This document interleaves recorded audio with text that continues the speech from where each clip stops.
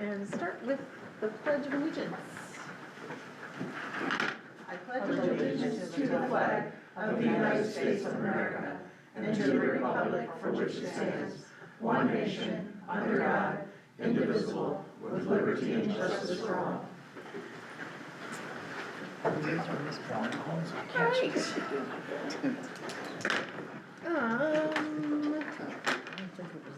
Approval of the agenda. Does anybody have anything to add? Nothing. Nope. Any? No. Dawn, Martha? No. All right, somebody like to move to approve? So move. Motion by Kelly, second by Ed. Any discussion? Any discussion? Any discussion? All those in favor, please say aye. Aye. Opposed, same sign. We have an agenda. The consent agenda. Any questions or anything? Otherwise, if somebody would like to move to approve. Move to approve. Motion by Ed, I'll second it. second by Jenny. Any discussion? Any discussion? Any discussion? All those in favor, please say aye. Aye. Opposed, same sign. Motion carried. Moving on to new business. 4.1, police policy, body worn cameras. So recently, the police chief, who is not here because he has his training, his police chief's training this week. So recently, the League of Minnesota Cities Trust Insurance came down and reviewed some of our police policies.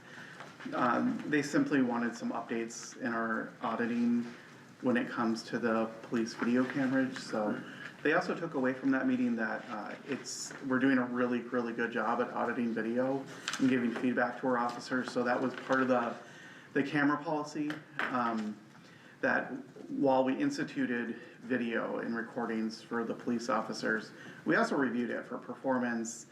Hey, this was unsafe, you might want to change your practice. It's identifying officers that maybe need more FTO training. So that's really the specifics of what we're updating in the policy. We were doing audits, but the league wants them done in a little bit more meticulous way, so. What does FTO stand for? Sorry, field training officer. Thank you. Mm-hmm. It was nice to know that, all in all, the league's take on it was that we were doing a lot of things well, which is Yeah. nice. It was more like when we were auditing, redacting information too, that we were putting in the reports. So, blocking out minor names, that kind of stuff when we're doing the audit. It was really minor things that honestly we would do if someone data requested something, but we weren't doing it within our audits, so. So we need a motion to approve the proposed policy. Motion by Kelly, I'll second it. second by Jenny. Any discussion? Any discussion? Any discussion? All those in favor, please say aye. All right. Opposed, same sign. All right, we have police policy. Moving on to 4.2, city administrator professional development. Yeah, and on 4.12, just so the citizens are aware, that policy is online, has been for a while, the updated policies online as well. Good, very good point.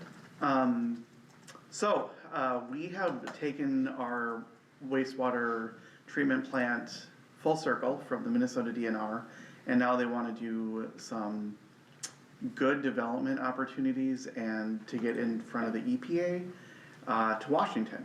And this trip is out of the scope of our normal travel policy, so I want City Council to approve it. Based on our research, the registration is only $150. That's not a problem. Hotel is about $420-ish, $500.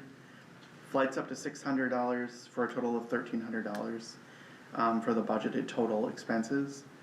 That's only really like a 3-day trip, a day out there. We present on a Tuesday and then we come back on Wednesday. We get to speak with Klobuchar and Smith when we're out there and get some FaceTime with EPA officials when it comes to this. So in total, our budgeted in travel right now is $5,000. It's $4,000 in training and conferences. So. And I just wanted to add that this wasn't something you sought out. You were invited to this after the presentation. Yeah, for the after Minnesota the State DNR. Who you be presenting to? It's a small panel committee about rural wastewater and those reliance on obviously a growing wastewater problem. So basically it'll be EPA officials mostly. And when you say we, who do you mean we? Sorry, Kimley Horn, our engineer, will also be there, but we don't pay for him, he pays Right, for they would- himself. Yeah, the engineering firm pays for that. I mean, this really is a lot of really good visibility and publicity for our project and hopefully possible funding streams. So I think this is a really good investment in sending Michael there to present. When is it? It is, it's the first week of April, April 6th, 7th, 8th. Should be a nice time to be in DC, springtime. Not too cold, Yeah, not too no. hot. So you need a motion for that? Yes, I do. I'll make a motion to approve. Motion by Jenny. Is there a second? I'll second. All right. So by Jenny, second by Dawn. Any further discussion? Any discussion? Well, Any discussion? I, Go ahead. I do, yeah, so what do you hope to bring back from this? Yeah, it's actually what we hope to bring them. So right now, we really want to give them a solution to droughts and continuing to support our ethanol plant and DFA. So, you know, our wastewater facility will solve 4 rural problems with wastewater facilities.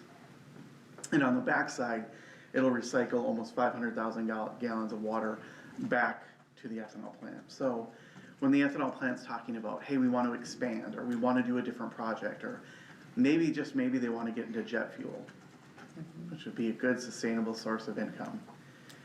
They can't do that right now because the DNR is never going to appropriate more water to them. Never. They just won't.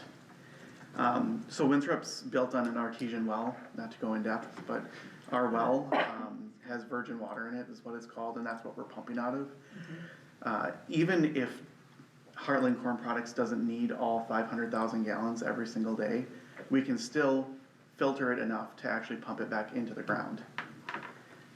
So those are all options that are on the table. So what we're hoping to gain is, number one, exposure to the EPA staff and to our senators. And this project, if you think about it, because I've sat in on some of the meetings, the surrounding towns that are part of the project, like Lafayette, really is going to need to deal with their wastewater sooner than we do, even as a community. And the cost is so prohibitive for each community by themselves that if we could work together, it would be cost effective in the long run. It's a lot of money on the upfront, but There's a there is- possibility of getting money from state and federal? State and federal, absolutely. You know, when we look at, you know, the rest of the towns around us, so right now, Winthrop is on the oldest wastewater permit in the state. It's from 1994. It was when the ethanol plant was basically built, is when they renewed our permit. Yeah. If we were going to go into a new permitting cycle, there is no way that our chlorides and potassium that we give back to the waste stream would be permitted. So therefore, we would have to start treating our water in our ponds, which gets extremely expensive. It also means that we have to upgrade our license, which we currently don't have with our wastewater people, which means you're gonna hire an outside company or put them through school to make our permit correct.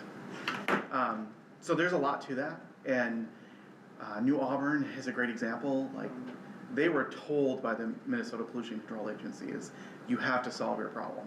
You are currently using irrigation to get rid of wastewater, which means they put them in a holding tank, and then they spray it on fields, and then those fields are harvested by a farmer for hay, most likely, right? Well, last year, and the year before that, it got really, really soggy, they couldn't harvest it, then they wanted to harvest it, but the tank was full. So it's a really difficult problem to solve when you're a small community. And how many gallons a day would that put back? About 500,000, about 500,000. We And that's take in what about they would be. 5.3 million gallons of wastewater every day, depending on flows, depending on what the industries are working on. And then we, separate solids from water, clean, filter, and then put it back into the stream. So we basically would be keeping up with what they need. Yeah, almost. That would be almost all of their water needs in one day. So really, this project has a lot of infrastructure. It sort of provides a lot of that, but it's also, you can look at it as economic development, because if ethanol plant wants to expand or do something that requires more water, they can't unless we find a source of water for them, because they are kind of, DFA is running into problems. they are also, yeah. Yeah, DFA is just running into, old equipment. I don't think that's a surprise to anyone, so they either have to upgrade their plant or get rid of their plant altogether. And this solution would get rid of their plant altogether. They're not DFA, but they're The water. The treatment wastewater plant. Yes. Yep. Yeah. Good clarification. Yeah, Yes. yeah. Yeah, the wastewater plant, no one wants to be in wastewater anymore. No. It's getting more expensive, it is highly technical, especially when you become a mechanical plant. There's just different specifications that you really need. And, industries spend between $500,000 to $1 million upgrading, supplying staff to, it's getting overbearing, especially with the guidelines that are gonna be passed down. So the surrounding communities that we want to do the streams project with, would they be willing to help pay for your trip to DC? They actually already put money into a pot. They did, Everyone okay. put $25,000 in to start Okay, To pay for the engineering. engineering. okay. And so that would come We can take it from there, yeah. from that? But I think they had planned to send people as well. I'm pretty sure that Al from Lafayette wants to go. Oh, yeah, he So- really is very knowledgeable. He's very knowledgeable. He'd be a good voice. Okay, so, does anybody, any further discussion? Otherwise, I will call the motion to approve the professional development trip. All those in favor, please say aye. Aye. Opposed? Motion carried. All right. 4.3, private sewer lines insurance. This is just informational. but- Yeah, so I wanted to get this back out in front of council so you can spread the good word about this. Since we started this program, we've actually had a number of private service lines break again, and they're not insured. And so it's very expensive to fix private sewer lines. Any lateral is not the city's purview, that's not our line. So when that happens, that organization or that individual, they have to pay for a contractor to break up the road and go through their yard and find where that private service line is. And sometimes it's not as obvious as you think. Something And that's some not are where tied you in think together, it is. so your neighbor then has to get involved. It becomes very complex. This is not the only insurance program out there. The SLWA is approved by the National League of Cities and by the League of Minnesota Cities. But their other homeowners insurance will also do the exact same thing. The rates, however, are usually not as, What were the rates on here again? I don't know if I have it on this one. Let's see. I honestly, I would go to the website to view your individual rates.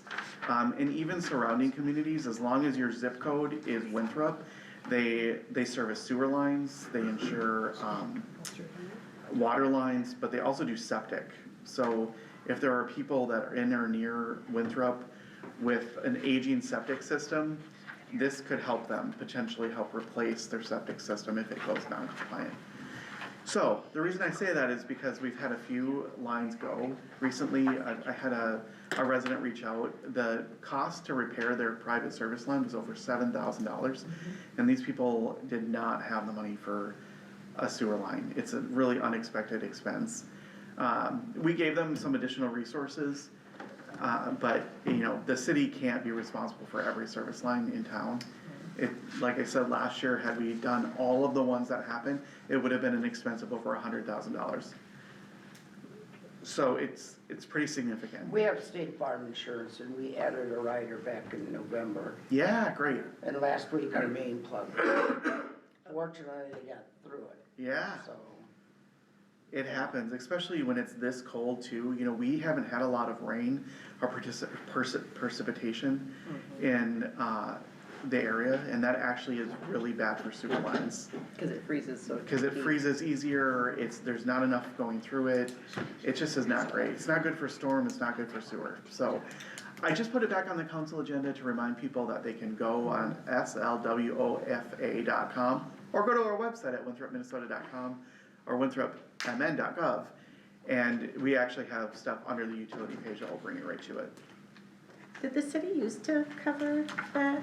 No. Never, okay. Yeah. Oh, yeah, it's been, even in, yeah, if you look like in your, homeowners and stuff, it always clarifies.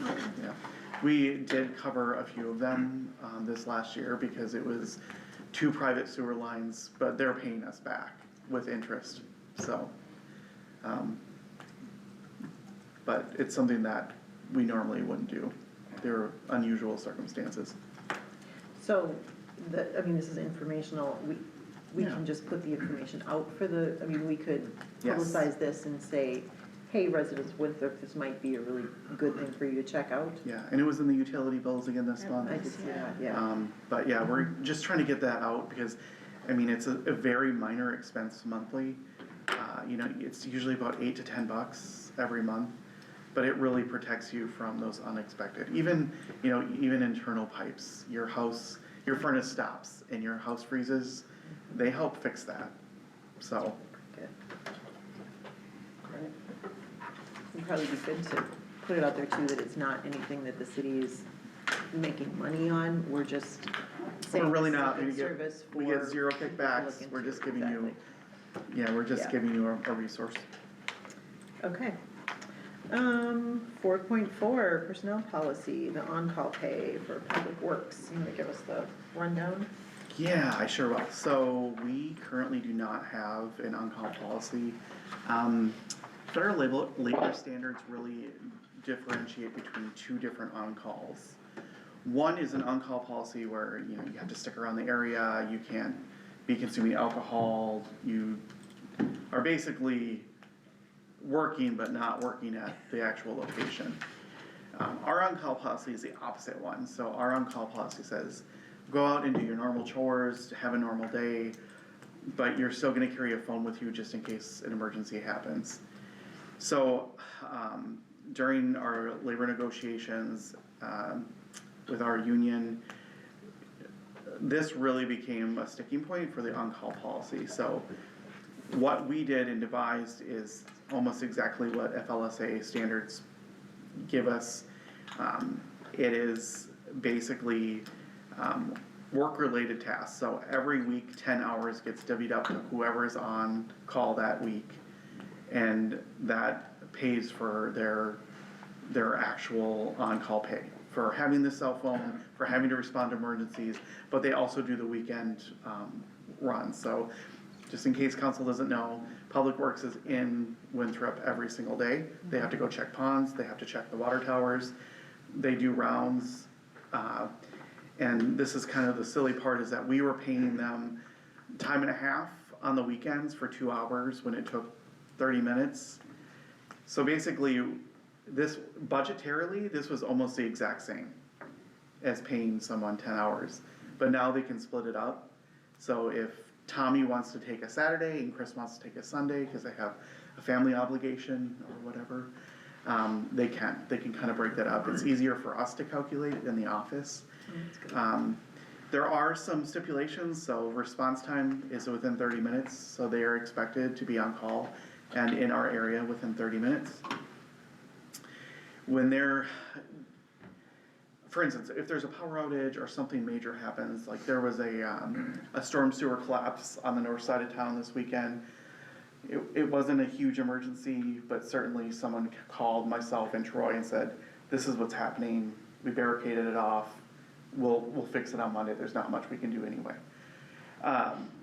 So those type of things would be addressed by that on-call person, and they have to directly contact myself or Troy to call in extra labor, so during a power outage, if you need everyone, all hands on deck, they would be the ones to call us to get It that always seemed going. to happen on a weekend. Always on weekends, it can't happen during the. So then we also gave some specific responsibilities, you know, they have to do daily rounds, they're checking bathrooms in the park.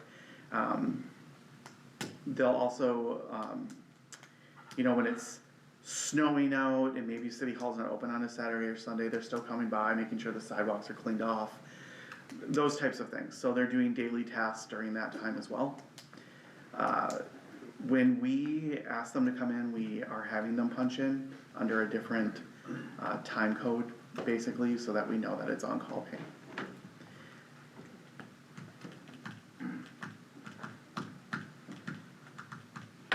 You need a motion on that? Yes, it does have So to be moved. approved, since Make a change, personnel policy. Motion by Kelly, is there a second? Second. Second by Jenny. Any discussion?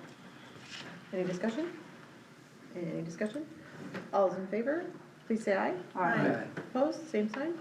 Motion carried. All right, and I think, you know, I try to do that all the time, but please tell the Public Works people that we do appreciate their weekend and other contributions. 4.5, the resolution appointment to the Charter Commission. I'm glad you have names. Yeah, we have names, so Dale, Angie, Wanda, and Bob, have all agreed to be on the Charter Commission. That Charter Commission meeting this year is on February 21st, it's a Friday, I think it's at 5 p.m.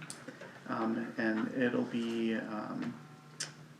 at least half of their, I think for most of them, the majority of them, it'll be their first Charter Commission meeting, so it'll be a learning experience for everyone. It's good to have some fresh faces and voices there. Somebody would like to make a motion regarding appointments to the Charter Commission. I'll make a motion. Motion by Ed, is there a second? Second. Second by Jenny. Any discussion? Any discussion?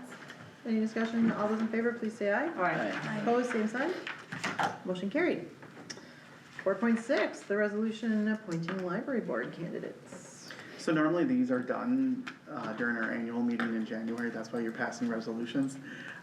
So Jen Isaac and Robert Paulson, Bobby Paulson, are asked to be on the library board. They absolutely said yes, and so we just have to have council approve them. Okay. It's nice to work in harmony with the board, I like the wording of that. Yeah. All right, somebody like to make a motion? I'll make a motion. Motion by Martha, is there a second? Second. Second by Kelly, any discussion? Any discussion? Any discussion? All those in favor, please say aye. Aye. Opposed, same sign. Motion carried. 4.7, USPS parking, elite health parking. Give us the scoop. Yeah, so planning and zoning went through this a month ago. Basically, we asked USPS to put the blue box back out in an area that people could put their mail in easily. And then we would help them get 15-minute parking for the customers. They were compliant, they understood that most of this was due to the box not being accessible by car and the alleyway like it had been in the past. So what we're asking council to do is approve the 15-minute parking for USPS. It'll be 2 slots. It'll actually go directly next to the alley where that one didn't get painted because there was a car there. Oh, yeah. And then the one right next to it, so basically right in front of the door. It would not be legally enforced, just so you know. We'll do our best to police it, but it's not a, handicap spot which has federal and state backing, but this would be just kind of identify to people that this is for people that are picking up packages or dropping mail off or mailing something. And then Elite Chiropractic's the same, so when we vacated parking on the street in front of Elite Health Chiropractic in December of '21, we gave him and approved some parking right behind his building, kind of in the gravel lot that was there. Yeah, that's right. So when we redid everything, we never put those signs back out. And so, what we're asking is, it'll actually have a specific date and time, on them, cause he's not there all the time. Oh, sure. So we're gonna put those back, the 2 spots directly east of his building. So his customers can park there, get in and out, and In the be parking accessible. lot? In the actual parking lot, Okay. yeah, And any other business that's close by could request something? absolutely, yep. So just to not be didactic, but, so just 2 15-minute spots in front of the post office? Yes, Okay.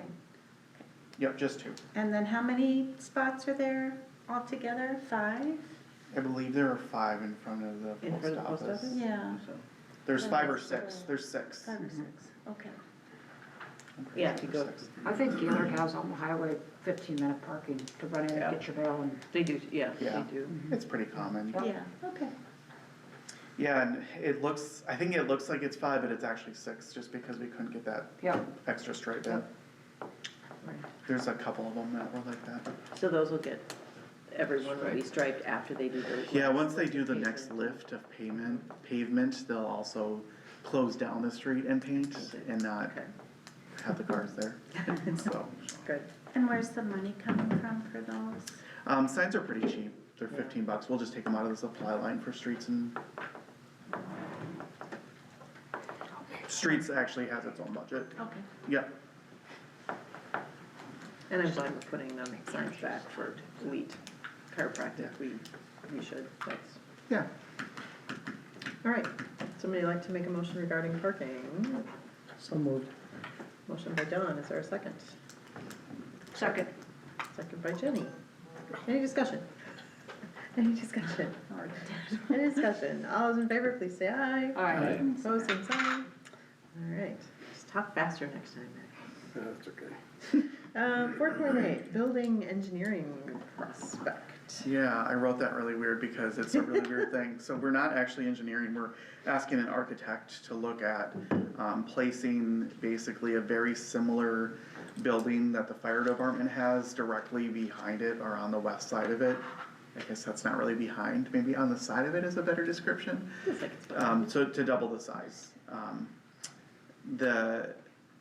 The main purpose of that would just be to explore what it would look like to get a building attached to it. But with that, we're also asking them to add some mechanicals, so some air circulation in the old barn so that we can stop having things rust. And some heat and cooling in both. So it's a $10,000 buy, so we would be into it for 10 grand. We do have money in engineering this year for such a case as the ambulance. So we do have that money set aside, but this would only be the start of that, so we would have to come back and say, this is how much a total full as-built plan would look like, but this 10,000 would give us the basics to see if we even wanted to go forward with it. And why do we need this? I mean, where is this for? We have a fire barn, right? An ambulance. Yep. Well, the ambulance is, So we're downstairs Right, back here, here. and we can't do any upgrading with, our backup ambulance because we don't have any place to put it. It won't fit anywhere. Oh, Because our backup is in the building behind it, and it's literally door to wall. okay. You can't even walk in front of it, you have to open the door to walk around it to get in. So that, the purpose is to house the ambulance. We'd done quite a bit of work with a different company, and they quit listening to us and quit responding to us, so we went out to someone else and to try to get something that we can use and be much more reasonably priced. We have vacated the thought of building a brand new building on a different site, just because it was cost prohibitive. So, and this would house, this would house both of our ambulances. There would be an open wash bay, kind of is what we're talking about. There'll be a couple of offices, a meeting room, and some small interior things so that we can function as a group. So there's no meeting room right now for the fire Fire department? department, They right? would also utilize that Yep. for training? Yep. And I would say there's ambulance meetings are way too tight down there. They actually need to move up here.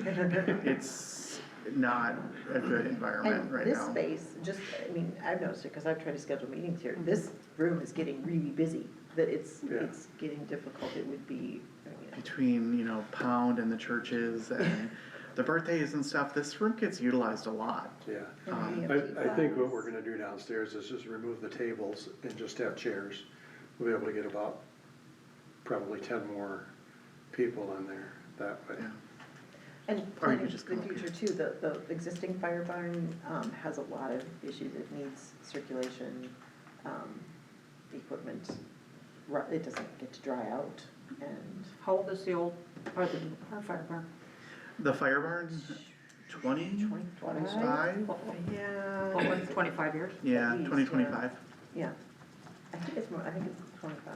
So the mechanical part would be updated for the fire barn and the ambulance? Yeah, it would be one unit ideally is what we're trying to get.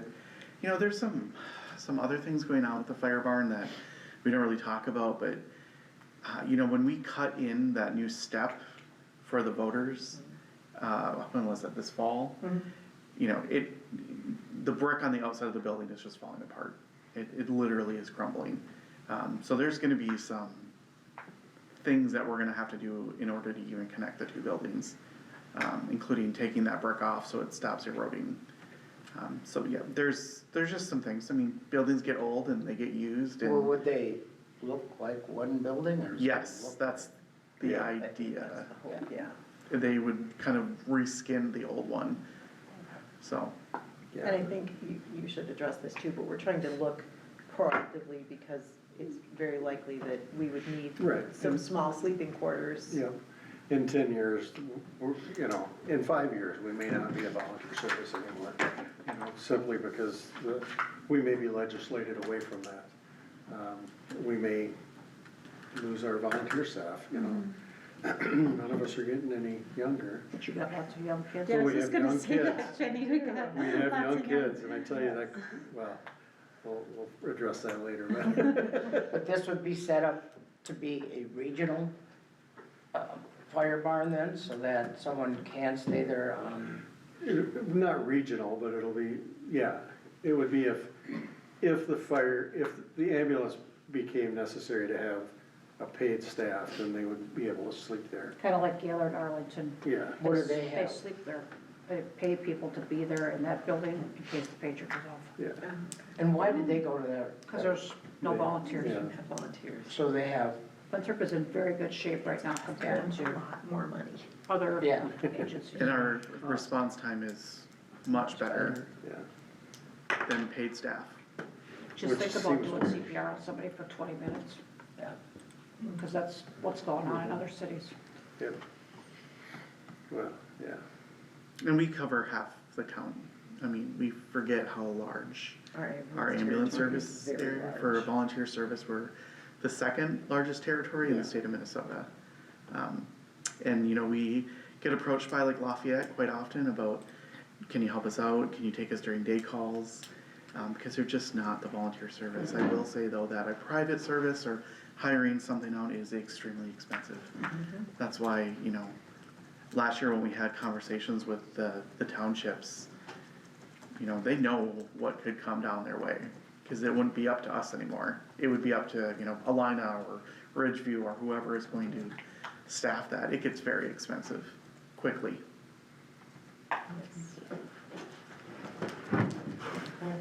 All right, somebody like to make a motion regarding the fire ambulance plans? I'll make a motion. I'll second. Go ahead with it? Yep. The motion? Okay, motion by Jenny, second by Kelly to, move forward with that planning process. Any discussion? Any more discussion? Any further discussion? All those in favor, please say aye. All right. Aye. Opposed, same sign. Motion carried. All right, 4.9, MMPA. This is, distributed energy, so how we get our energy is from distributive lines, and we have to pay for that. So our power plants are across the state of Minnesota, some actually in North Dakota now. And all that power comes through the lines, and we have to pay a percentage of that, so, if you looked at 2022 rates for DG tariffs, they have doubled in the last 2 years. And so, this is just something that we have to approve on our level, unfortunately, we don't get much say in it. Well, how does that affect our rates then? I mean, what? It what do you- won't, that's why, that's why we increased our rates 2.5%, is because we're trying to keep up with some of these and hedging our bets when it comes to the tariffs that are gonna come on. And this is, lines that are they owned by MM? No, they're owned by Xcel Energy. Okay, so and we're paying Great them River. to use their line. Yeah, and Great River Energy too. I shouldn't say it's just Xcel. The lines that are on the west side of us that they just replaced, those are actually Great River Energy. Those are not Xcel. And we do tap into those to our substation as well. What's causing the increase, just replacement? I think capital costs, they've replaced a lot of transmission lines in Minnesota. So move. Motion by Kelly, is there a second? Second. Second by Ed. Any discussion? Any discussion? Any discussion? All in favor, please say aye. Aye. Opposed, same sign.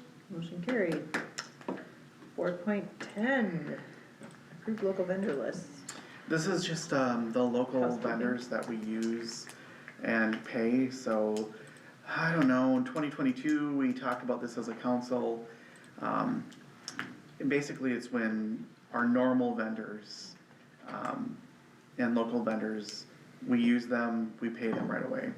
So, there was times where, we'd go to Napa and he would get a big laundry list for us and we'd put it in our trucks and then he wouldn't get paid for 45 days because he just missed the council date. That's what really this vendor list is for, and to make sure that we prepare checks correctly to council. So basically, unless, those individuals are not on our vendor list approved by council, we don't pay them until they are. Alright, somebody like to make a motion? So moved. Motion by Dawn, is there a second? I'll second it. Second by Jenny. Any discussion? Any discussion? I have a question. So, is there a way to look back and say, okay, so, Napa, like what you actually bought from Napa, you know what I mean? Can Like you our- drill down on the invoice? Yeah, or like, I'm trying to word this correctly. Or they're just normal, doing business type expenses. Yep, they're just normal, we have a windshield wiper go out, we have, a tire go out, we get it from our local sources. Okay, Hydraulic line, whatever. I mean, sometimes they can be kind of spendy. It's not like us at home where we replace a battery in a car and it costs $150. Some of these bigger batteries would be a lot more expensive. And you can, with the accounting system, you can find out exactly what. Yeah. Yeah, and that's what you Because guys it's approve for- in claims. okay. So if there's a charge for $271, you can find out exactly what Okay, that Can, is. can we go in and do that or not? Can you? Yes, Yes. absolutely. How? Through my viewpoint. No, were you not there? My viewpoint Oh, is. he might not have, Maybe not, I yeah. don't know. Okay, I remember talking about this, that we would have access. Yep, Some of that stuff. you guys can have total access. I'll be honest, sometimes it's easier just to say, hey, on this claim, Yeah. Well, that's what is this? Can you break it down for us? directly with me? No, it wasn't at all. It's honestly, it's sometimes it's Heather, I'm trying to find easier. this, would you please help me? Yeah, and And they Heather go, is, there. Heather's a whiz at just pulling up the receipts. So our new accounting system, literally drills down. We scan in every single invoice, every But single we receipt. cannot touch it, we cannot change it. Oh, no. I Yeah, you don't- can't change it. No, I'm Department not- heads can, like, Yeah. so Ed would know the most because he actually approves invoices for ambulance. But, you But know, we can access, mhm, okay, yep, that's what. absolutely. And maybe that's something we should think about, you know, we talked about doing some council workshop type Mhm. stuff, maybe we should do a short, little Heather can give us a little workshop on here's what you do. That's all I want now. is all. I know. And you have to remember your password, write it down. Let me just write the dog travel board, volunteer. Yeah, I know. I know, and the gist of it would be, okay, Julie would do this, don't do that, do the other thing. Yeah, I will say the one disadvantage to my viewpoint is that you'd have to remember a lot of the Yeah, yeah. GL categories, the general ledger categories. Right. But I mean, it's doable, it's absolutely doable. Yeah. So my viewpoint is the name of it. Yes, it's connected to our actual accounting system. Good. All right, so, then we were still finishing up 4.10. 4.10. Okay, any further discussion? Okay, I will call the motion on the approved vendor list. All those in favor, please say aye. Aye. Opposed, same sign. Motion carried. 4.11, resolution membership in the Coalition of Greater Minnesota Cities. I was gonna do their virtual workshop on Friday and then I couldn't, so I Me think I too. might I thought we were watch it members of that. sometime. We are not one members we haven't of been. the Coalition of Greater Minnesota Cities. I think we were at one point. I see a lot of stuff coming. They do a lot of work. So Flattering Hood is actually the ones that lobby for the coalition. So for instance, the extra pay that came for ambulance this year, the 67,000, 62, whatever, it was 60-some thousand. That was lobbied for and really gone after because of the coalition. It doesn't include any metro cities, it's cities like us and New Ulm, Mankato is part of the coalition. And they really go after rural funding, so ambulance has been a big kick for them.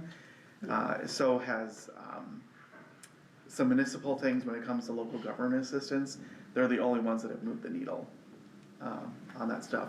So their, how did I put that in here? Yes, their breakdown, so like this first year, it's $870, but it gets progressively more expensive till our full membership. So if you were looking at that agenda item, you know, it does get really pretty spendy, but they have really good conferences. The one I did go to in 22 or 23, I would say it was much better than the league.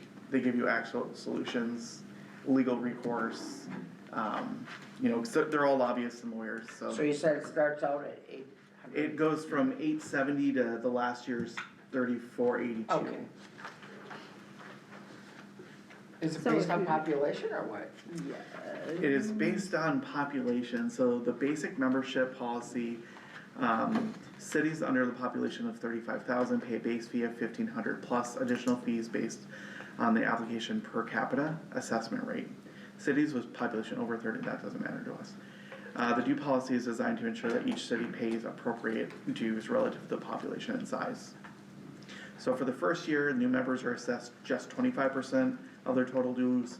The second year, they're assessed 50%, and the third year, 75%, and then the fourth year is full dues. So they kind of ease you into it. Well, and I think there is a lot to be said for a voice for outstate cities. I think we need to work together as much as we can.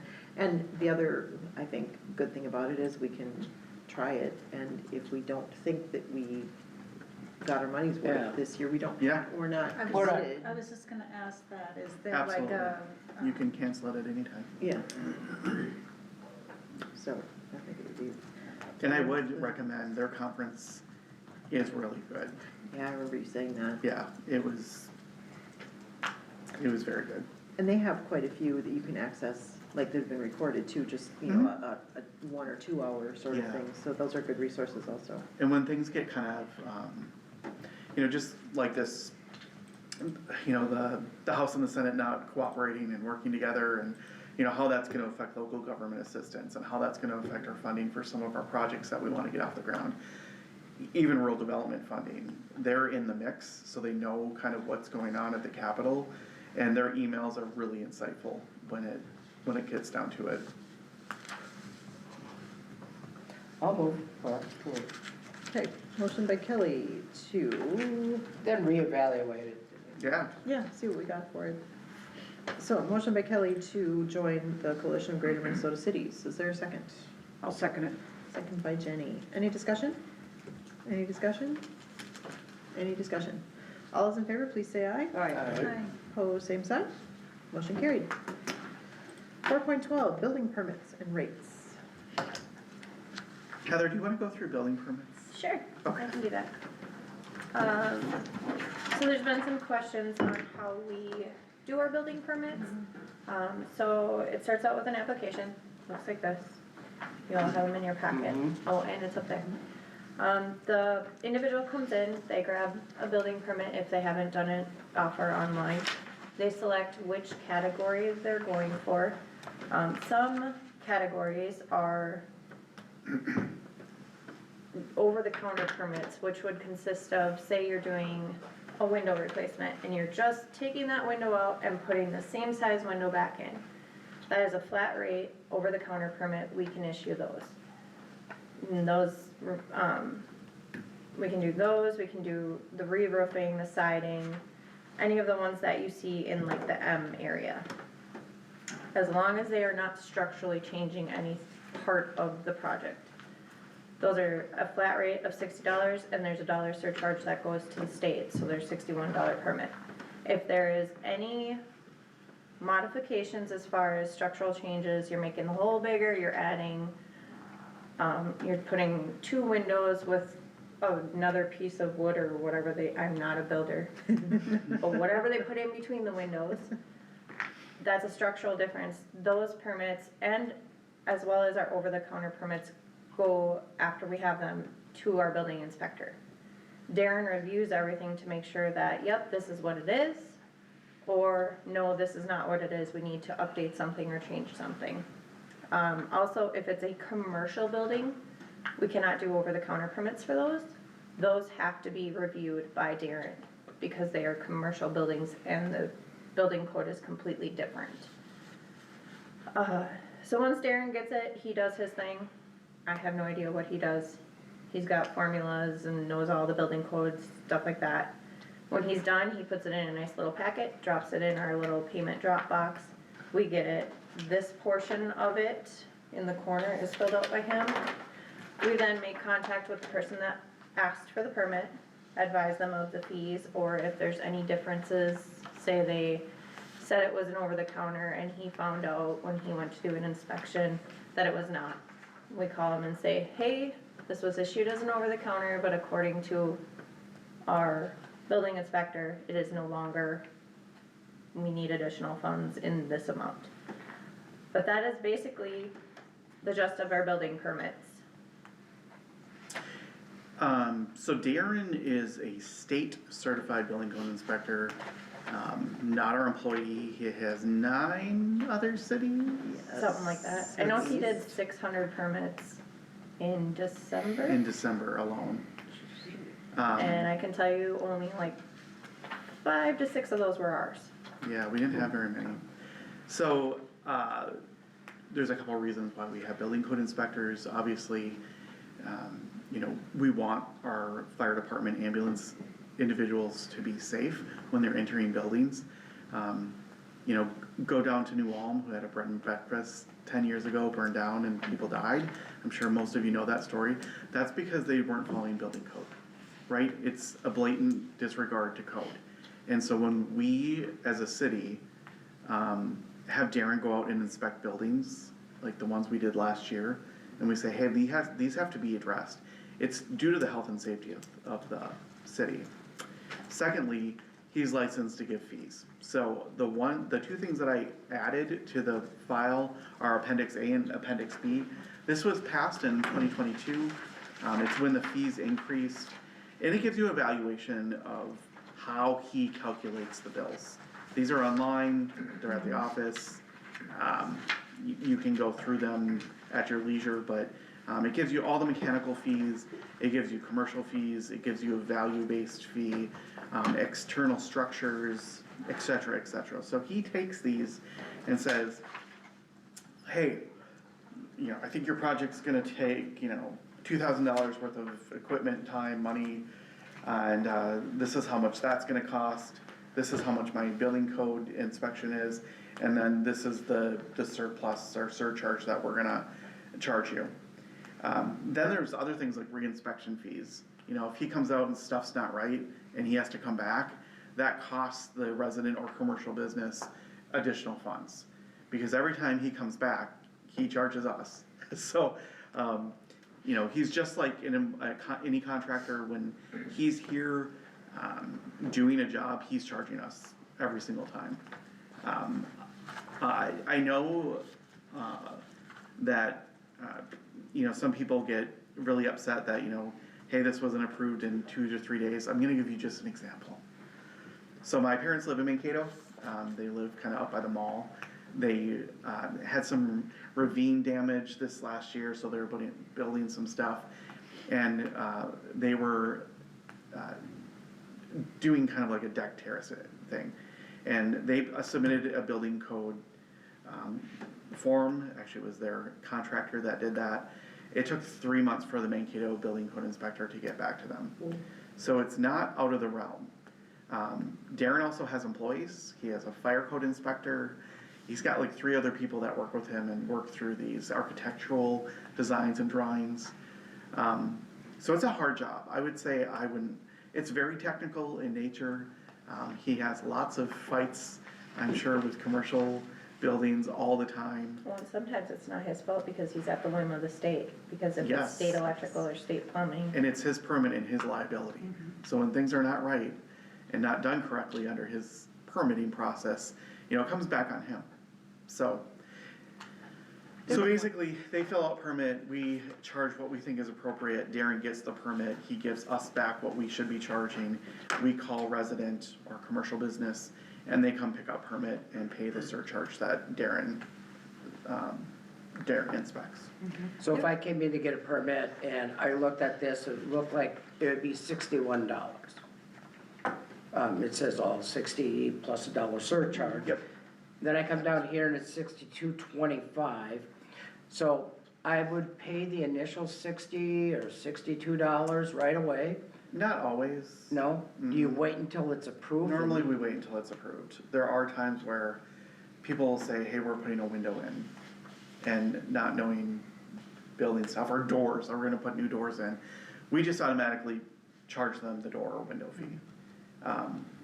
Sometimes what we find out is Darren goes there and says, well, this wasn't just a, you know, door replacement. You put in a French door and built a deck, and that stuff happens every once in a while. But generally, we don't charge them if we know that it's gonna be more than the over-the-counter fee and surcharge. Yeah, that's what So I was hoping the person that brought this to my attention would be here this evening, but they are not.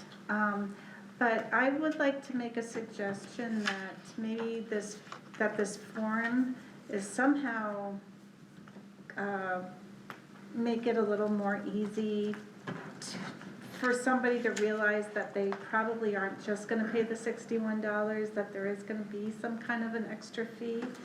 Because I think this person thought that it was $61 and that was it.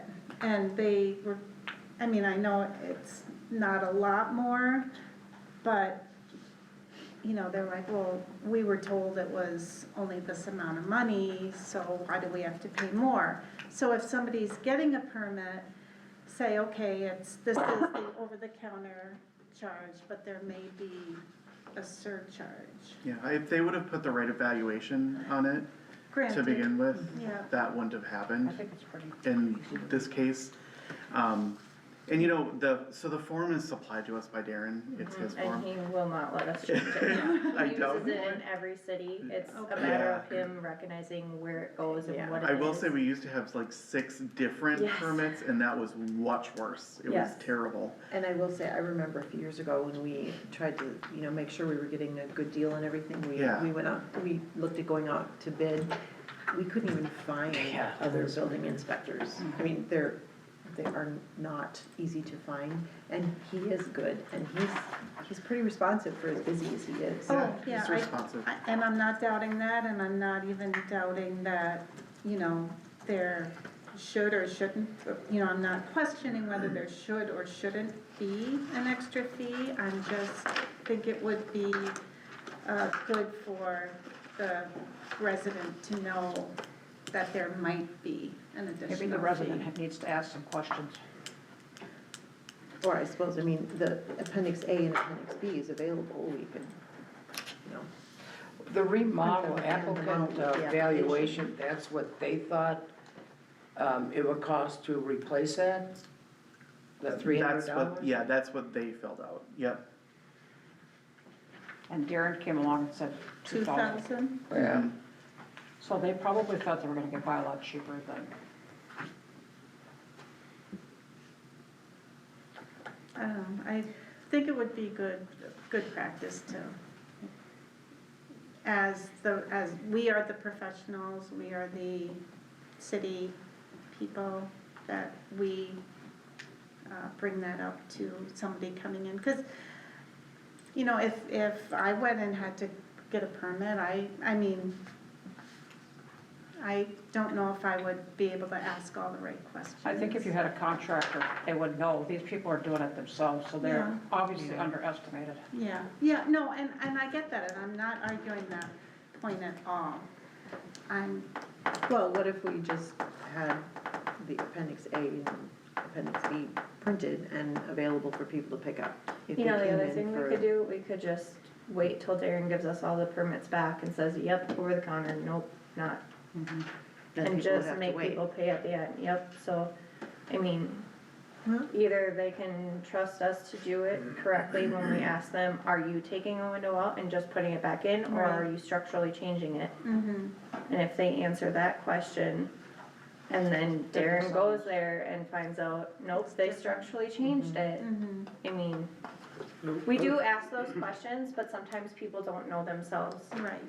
and I you're, like that I can idea, understand just waiting until Darren sends us back and bring up. I had one this week that I sent to him and said, hey, according to what this plan looks like, it looks like they are just popping windows out and putting them back in, but I want you to confirm that that's what you're seeing too. He came back, said, yep, over the counter, let it go. Okay. So, I Yeah. mean, So you're saying we would just not, if people could come in and request a building permit. But they're gonna have to They wait. wouldn't pay it until, yep, and they won't couldn't know- start the project until they get it back. Yeah, that's the Correct, yep. problem, is Well, that, and Yeah. they can't really start the project until, What's that? but with the over-the-counter Yeah. They or could. permit, They can. yep. I mean, it's an And they get immediate over- permit, But now they can't if they gotta do it. right, I think, which if you break a window, Yeah. or your Yeah. siding falls off, normally you I want. think people wouldn't be very happy if No. they wanna replace a window and they have to wait Yep. even 3 or 4 days, Yep. much less 3 Correct. weeks. And, you know, you don't know what his workload is either, so you're at the mercy of that too. It Right. could be 2-3 weeks before I get yeah, that should be an over-the-counter permit. Yeah. So when you give them the permit, can't you, or when they come to get this, can you attach that appendix, what'd you say, A and B to it? And have them look at it and say, here, and now they see that, and if they come back and they still put $300 down as their valuation, and Darren comes back and says it's 2,000, well, you have the appendix A and B. so let me ask you kind of so I'm assuming that the $300 was the cost of the actual window, that's what I and, would assume, I don't really know. and Well, sure. they didn't think that they should, cause the $2,000 to me, that's got labor in it, yep, I mean, I bought a egress window and it was, $500 or whatever it was. But I think the building permit just assumes that is part of the value, even if you're providing the labor, Right, and that has a value when you're looking Yeah. at the finished yeah. project. That's interesting, I would have not thought that. do we have a lot of issues? No, there's like few and far between in one-offs. Some you catch, some you don't. Yeah. It just, I mean, It almost exclusively happens when residents try to do it themselves, to be completely honest. Yeah. Contractors kind of know that game. Yeah. And Yeah. they kinda know what's going on. Well, it's- What if we would just have printed Appendix A and Appendix B there and available? People can come in and grab this, they can take the more information if they want. That way, We can it would actually- still be available to get the same day permit. You know, if you have somebody who's doing Right. a project themselves and they wanna get it done, I think it's nice to be able to. Yeah, I wouldn't Allow want them to that. have to wait. No, I don't wanna And I make think it that's more. what, I mean, the over the counter, I think, was most of the building code people saying, if you're just replacing a window, please just go do it. Please do it. And we'll inspect it later on. I think it's one of those things where, you know, a hailstorm comes through, Yeah. Yeah, you just wanna get the windows back in, right? So, yeah. you do indeed, and let's not go through So yeah, again. whatever council wants, that's why it's on the agenda. We'll do whatever, it doesn't matter to us. If it's not an issue that's popping up quite often, I think that it is a learning curve. It is for me too, I mean, right now. Gee, we have to rethink replacing my 2 doors now. Oh, sorry about that. Okay, so that was informational, unless anybody has any strongly felt things that we should adjust, we'll move on to 4.13, ambulance billing companies. Are we You want me to switching? take that one too? Go for it. Okay, so we are currently with Expert Billing. And we had a couple of the people that service our account, now this is like, ambulance goes on a run, they come back, they submit everything they did to a system, and we have a third-party biller. So the third-party biller's staff sat down and had a meeting with the vice captain of ambulance and I, and told us that they were working on getting our account better and having more attention to what we needed and sending us more reports and all these things that they were gonna do. They also informed us that they had no longer been doing our collections and hadn't been doing it for probably a year, which we had no idea. So we left the meeting feeling like they were gonna send us all the things we needed, we could get everything back under control and it would all be great. Fast forward a week or two, still no reports. They were supposed to do training with our ambulance to help our ambulance crew understand what things should be in the, correct me if I'm wrong, Ed, but like the details or the, narrative. is- thank you, yeah. that's the word. Got to the night of the meeting, no answer from the guy, he was supposed to link in and train them. So at this point, we had felt that we were being ignored again still. So I went out and I started asking other cities who they're using for their third-party billing.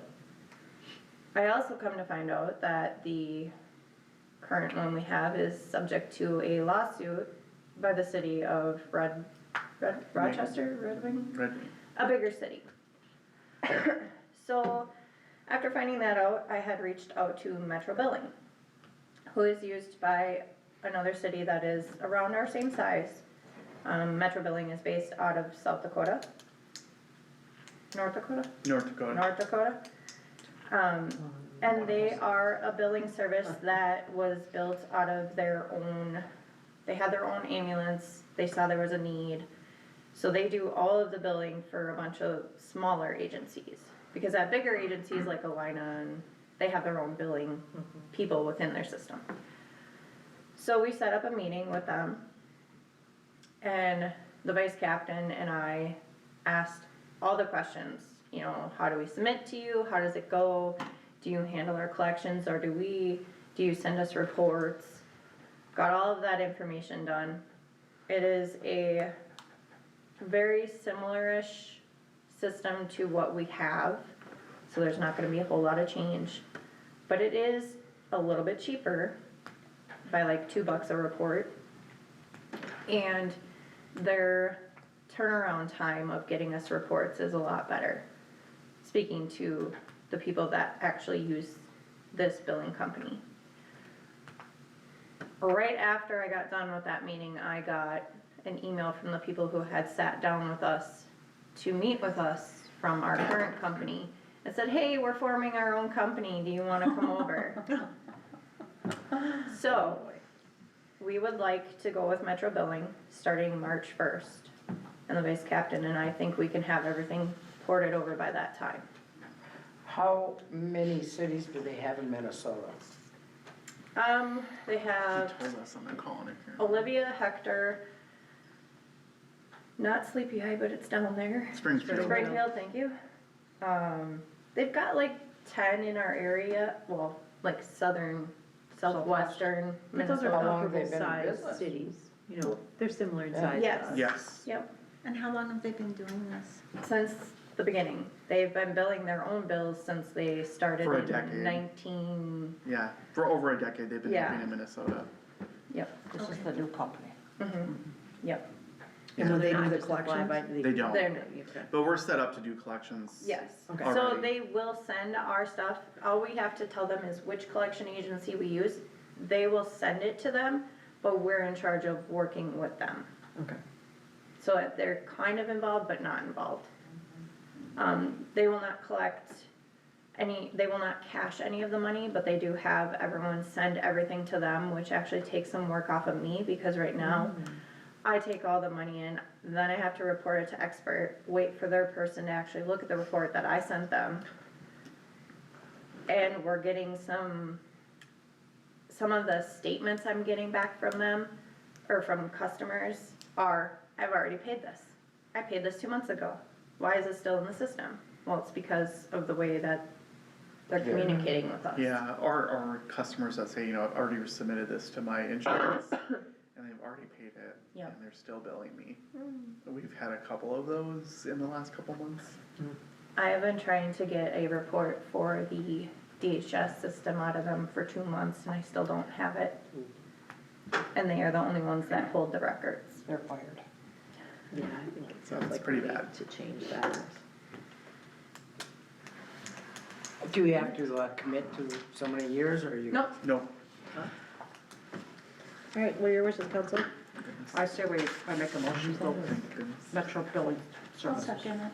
Motion by Jenny, second by Martha to go Tell me with the ones. Metro Billing Services. Any discussion?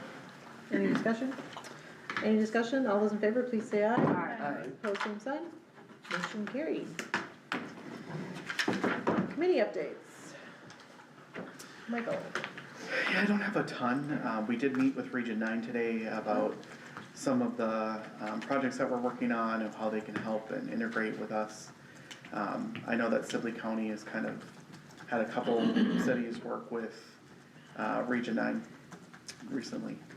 On the EDA standpoint, you know, we're just starting our new round of facade grants. We haven't had any applications yet, but that went really well. I guess the big announcement is that we are hiring a business coach and mentor through our grant through the Southern Minnesota Initiative Foundation. That's, again, between us, Gibbon, and Fairfax. That person will be basically the touch point for all entrepreneurs within our region. So we just put that ad together. It'll be in the newspaper for Fairfax and Winthrop the next couple weeks. We hope, honestly, to have that person kind of in place by March, April. Our group is pretty excited about it. That's pretty exciting. So the grant will take care of the first year's salary then?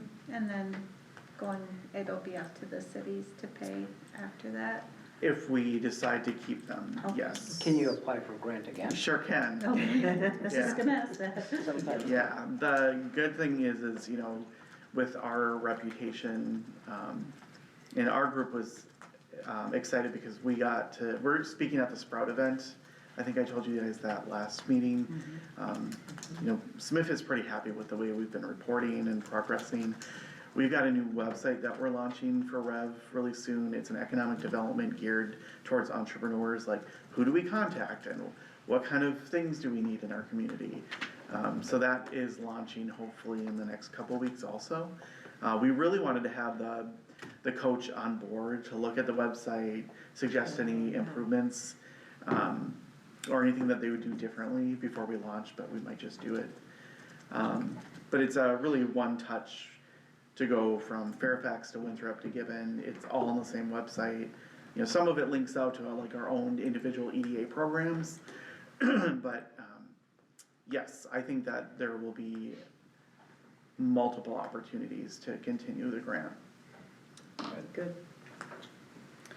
All right, let's see, we'll just move down, fire, Adam's not here, do we have anything going on? No, not anything that I can think of. Library, Martha? do you have Yes, anything so for us? we had a library board meeting on January 21st at 8 o'clock in the morning down in the library. And there was Terry, Shooty, Lynn, Drinkall, Audra, Julie Krieger, Bob Moreland, and I were there. It was a cold morning that morning.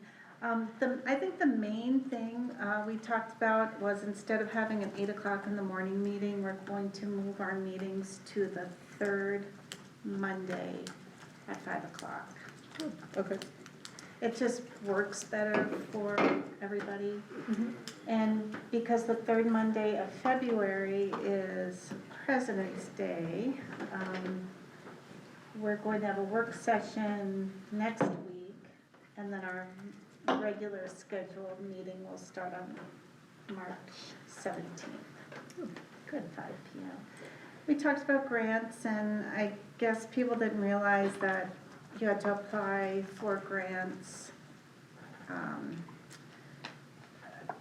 In order to get a grant, it has to be like 8 weeks out Oh, of the through event. TDS for Yeah, the- through yes. TDS, so It does. that was discussed. And then we discussed people that might want to be on the board, and Jen Isaac's name had come up. I didn't know about Bobby Paulson then, but that's great.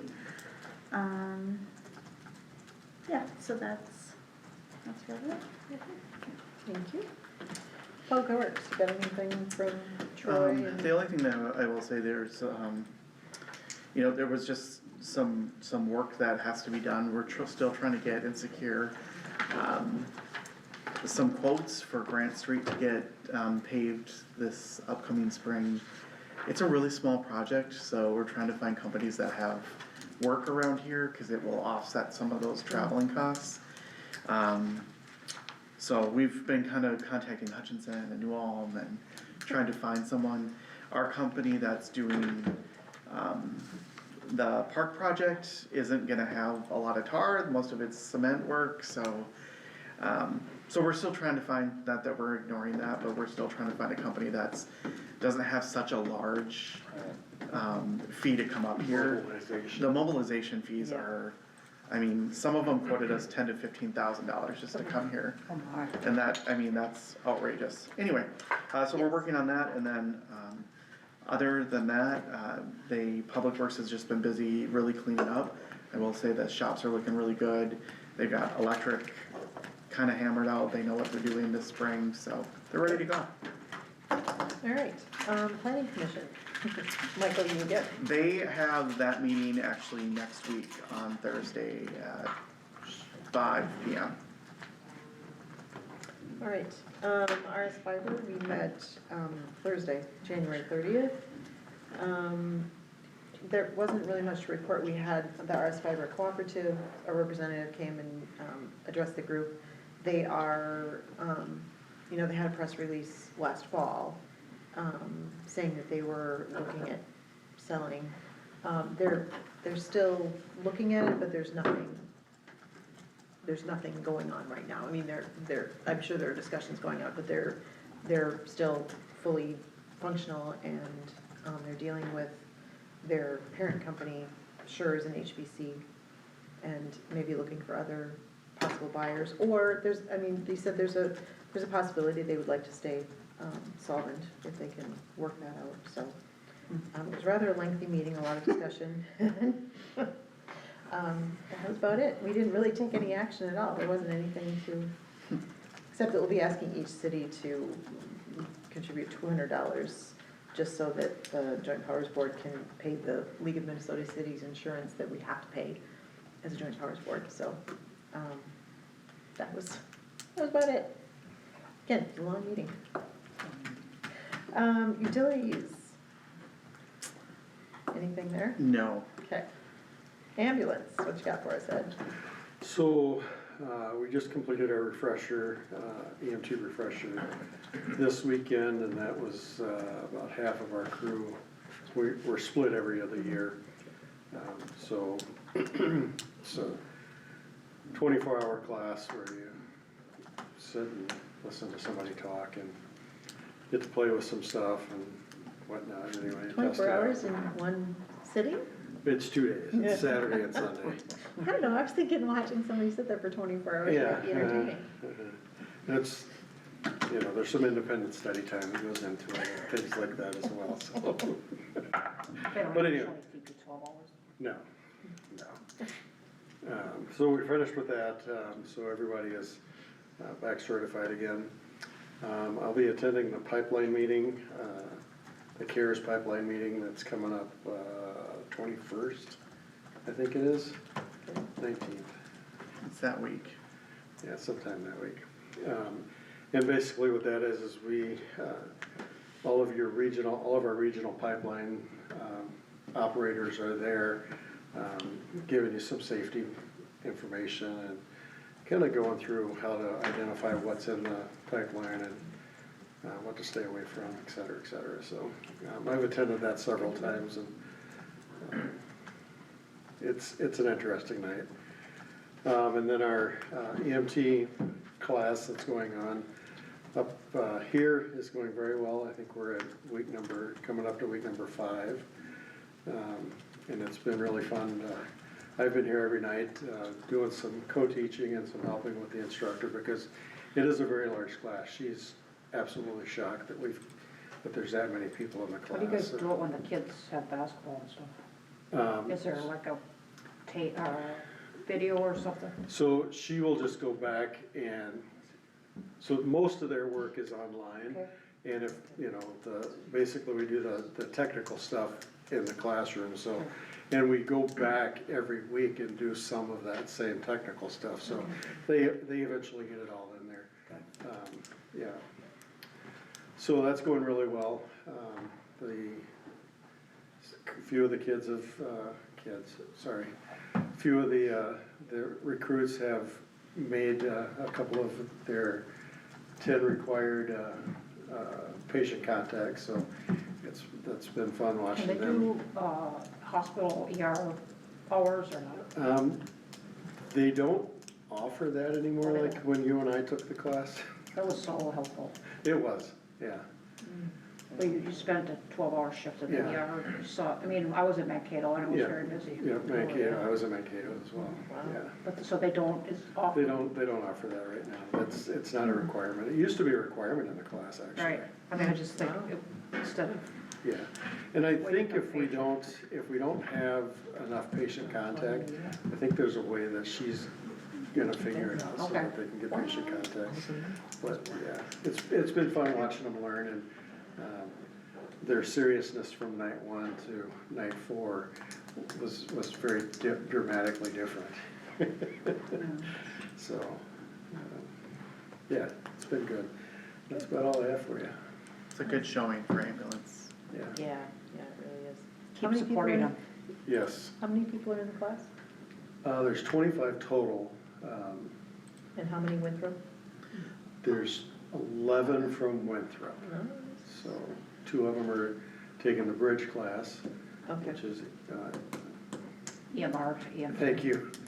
I was gonna say ECA, but that would've really dated me. EMR to EMT. Okay. And then we've got 9, no, I'm sorry, we have 10 in the class, and then we have 1 taking an online class. So, Good.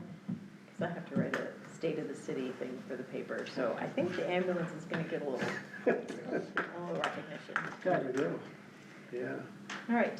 And you know what, I do think that, if you have time on a Thursday night, you know, in the next 4 weeks, you should come up and at Oh, least that's a great idea. say hi to them. What time do they meet? They start at 6 and go till Yeah. 9, And 9:30. then, I want to bring food, Yeah. and I, Kristen, so 6:37 or? Yeah, whenever you wanna bring it up, yeah. So, and Kristen McHugh served them supper last Thursday, and Jenny was gonna bring them supper coming up one time. It won't be this week, but next week, Yeah, because it gets to be a long time. it's a long time, just Some of to them a long are time. just out of school. Right, they're, yeah, yeah. and you can think better when you. Yeah. Okay, I'll be in touch with Thanks. that, that's a great idea, thank you for Yep. suggesting that. Let's see, so after that is police, Logan's not here. I have a 'cause few he's things, training. yes. Okay, let's hear it. So just so you know, he's at Clio training this week, so he'll be gone all week. The police have done the required VR training for their new tasers, so they actually have a VR headset that trains them now, that came with our new taser system. They got a donation of $2,100 from the national, I don't know, it was the National County Government Helpers, I don't remember their name. But they're getting active shooter equipment, worth $2,100, so basically like they're in go bags, it's full plate armor, instead of the small vest that they have, we got it completely free. So, that'll be in all 3 of our units. Warrants and arrests are up, I will tell you that last night was a long night for the Winthrop Police Department. It's called a hat trick. It's called a hat trick, so that's what I should get in? Oh, he gets free food for me, but 3 arrests, 1 car, that's pretty good. Yeah, 3 arrests, 1 car, so, they've been very, very busy. It's great to see. Tasers are coming in very soon, I think they're actually here. I think they were delivered, but we just don't have them, not everyone's trained, so we can't use them yet. And then, our K9 unit goes to training March 10th, and then that's depending on how well they do, that's a 6-week training program, so. Which is, they'll- I love, more training the officer than it is the canine. It absolutely Yes? is, yeah, it's training the human Yeah. to do it correctly, versus the dog kinda already knows what to do. And if you haven't met Nash yet, he is a great canine unit, I think he's gonna serve the residents of Winthrop really well. He doesn't So, like me. I mean, Might be a like I said, disturbing he's dog. a really good judge of character. You didn't think we were gonna let that one slide, did you? Yeah. No lie, smart dog. Hey now. Another thing, Michael, I think the mutual aid Gaylord, Winthrop is working out very, very well with, they need help, we help, we need Oh, help. good. That's right, yeah. And I know our Very squad's well. been going over to Gibbon quite a bit Yeah, that lately too. too. To help out there. There's a lot of stuff that we don't see, as city council, maybe even our residents, but, you know, when help is needed, our officers are not hesitant to go help. And I think that's a great culture to build. It's taken a little while, but, you know, between Gaylord, and Gibbon, we go to help. We're there to help them. I know they've been paged to Lafayette a couple times this last month as well. So, yes, we're taking care of residents. We have a great police department. Yeah, we do. Excellent police I would department. much rather have things like that happen, we don't have to know about them. Yeah. Right. Because when we do know about them, then Yep. that's when it's bad. Yeah, Yep. and Gaylord's been helping us too. I don't want to make Yep. it sound like Right, I think it's that's all good. us. No, RJ that's and good. the officers over there have done a great job coming over to help. But Give and take, the whole agreement to help always working out well. yeah. Which is just a good example, we Yep. should all try to Absolutely. combine our resources and do what we can. Cable Commission, Martha, that's Yeah. also you. So we had a meeting on Wednesday, January 22nd at the Gaylord Library. We had a special guest, the acting GFW Superintendent Kelly Smith was there, kind of telling us what they're looking for as far as, I believe they call it the last mile cable to go to the new school. All the two representatives from Gaylord, Gibbon, and Winthrop were there, as well as Wade Werner. Very interesting, I learned a lot that night, as I am continuing to learn. They did elect or make a motion to keep the current officers, and I'm gonna be the treasurer now.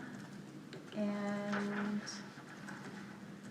we decided, the other main thing is, in the past, they had just given out grants to all of the schools, or whoever kind of wanted it. There was a set amount, and we're gonna make the entities apply and yeah, we're gonna give you the grant, but tell us what you wanna use it for. So I just think That's that, for the cities to use also. for the schools, Oh, for the school. They're supposed to, well, they have, some of them, when I was on cable, Yeah. when they got the money, they have to send back to us what they use that money for, and they did. Okay. Like the Lutheran schools that we gave to, they would tell us what they Right. used that money for. GFW, I think, did some updates, and that's what their money was used for, so. Yeah. Okay. but Yeah. we'd like to have them own it a little bit and say, hey, you know, we're going to use the money for this, or we'd like to use the money for this, so. Good. Yeah, so. And that's really it. Our next meeting is going to be Wednesday, February 19th. Okay. So, And the last committee is Parks. Dawn, Park Committee hasn't met, have they? Not since No, we I picked out haven't. colors and stuff. No, I didn't even know about that one. Not since that dubious color meeting. That was Michael's I favorite. will say that the contracts have been signed, we did have a pre-construction meeting for the splash pad and some of the storm upgrade improvements in the park. So they, cross your fingers, weather dependent, they should start in late April, early May. We are getting ahead of them to make sure that our electric can handle it. We wanna do some changes there, so that we don't have to do so much underground work. Troy's working on that. And they should be open by the third week in June. It should be done. So it'll take them about 8 weeks. That would be exciting. All right, anything else that covers the list? It's gonna be up there, your speedo. Somebody like to? Darn right. It is time to move to I thought that adjourn. was, so moved. Thank you, and Dawn. I'll second. All those in favor, please say aye. Aye. We are adjourned.